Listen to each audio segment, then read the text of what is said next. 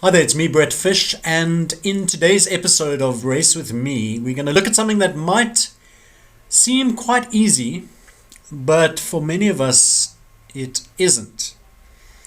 And so today we're going to just simply be talking about how many of us white people need to learn how to listen more, or better, or at all.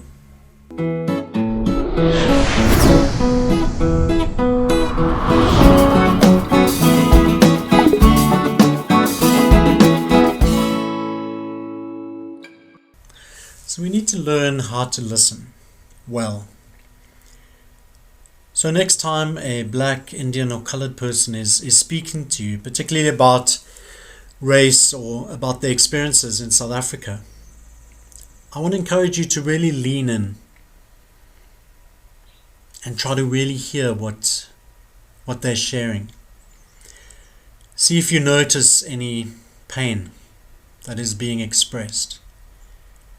Reflect on why there might be anger that comes up. Listen out for any fear that you might hear in them.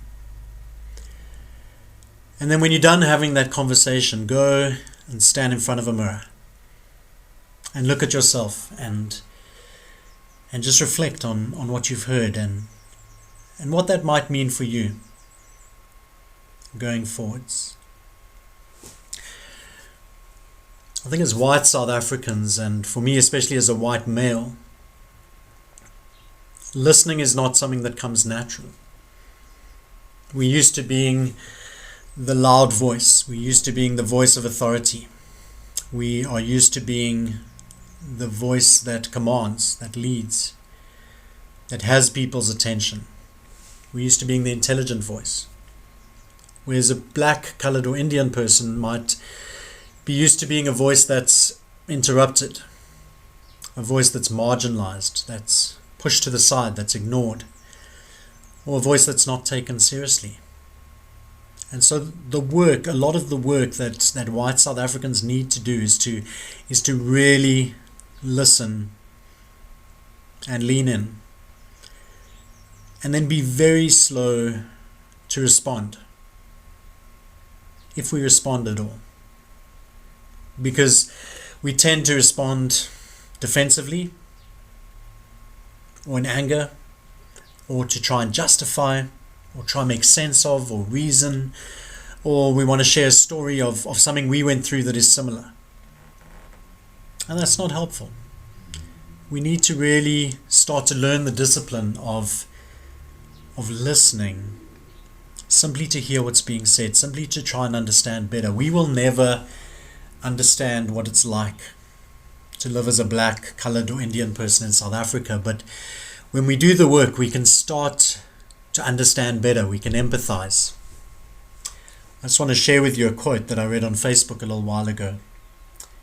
And this is by somebody called Beryl Crochet Seegers, and it goes like this. Dear fellow citizens, can I suggest that you listen to people of color when they talk about their experience of racism?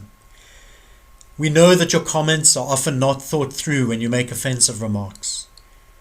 But it is the effect your denial has on those who have experienced prejudice and discrimination for most of their lives that is tough.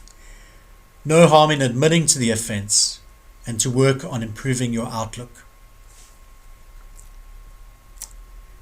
And I want to suggest that if there's someone that you have a decent enough relationship with in South Africa, someone who doesn't look like you, that they might be open to you asking them if they wouldn't mind sharing some of their experiences of race, of racism, or maybe even just of prejudice in South Africa, as you make a commitment to simply listen to them, that you will listen without responding. And then you need to make sure that you do listen without responding. Can we as white South Africans commit to drawing close and sitting and listening and leaning in, and if there are spaces that are painful and uncomfortable and potentially awkward, as conversations about race might be, or stories about prejudice and hurt might be? Can we commit to sitting in those uncomfortable and painful spaces without feeling the need to respond, without needing to put ourselves in the middle of the story, without saying anything besides thank you? Thank you for sharing your story with me. Or even a simple I see you. Because I think at the heart of it, that is the message that we're trying to convey in this. And there's not much more powerful force in life than somebody letting you know that they see you.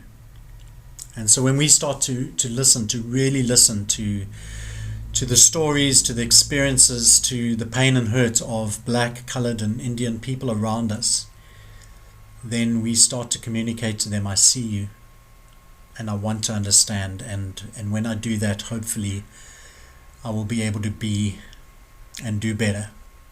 And so this is such a crucial thing. It's such a vital thing. As white South Africans, we have to learn to listen, and to listen well.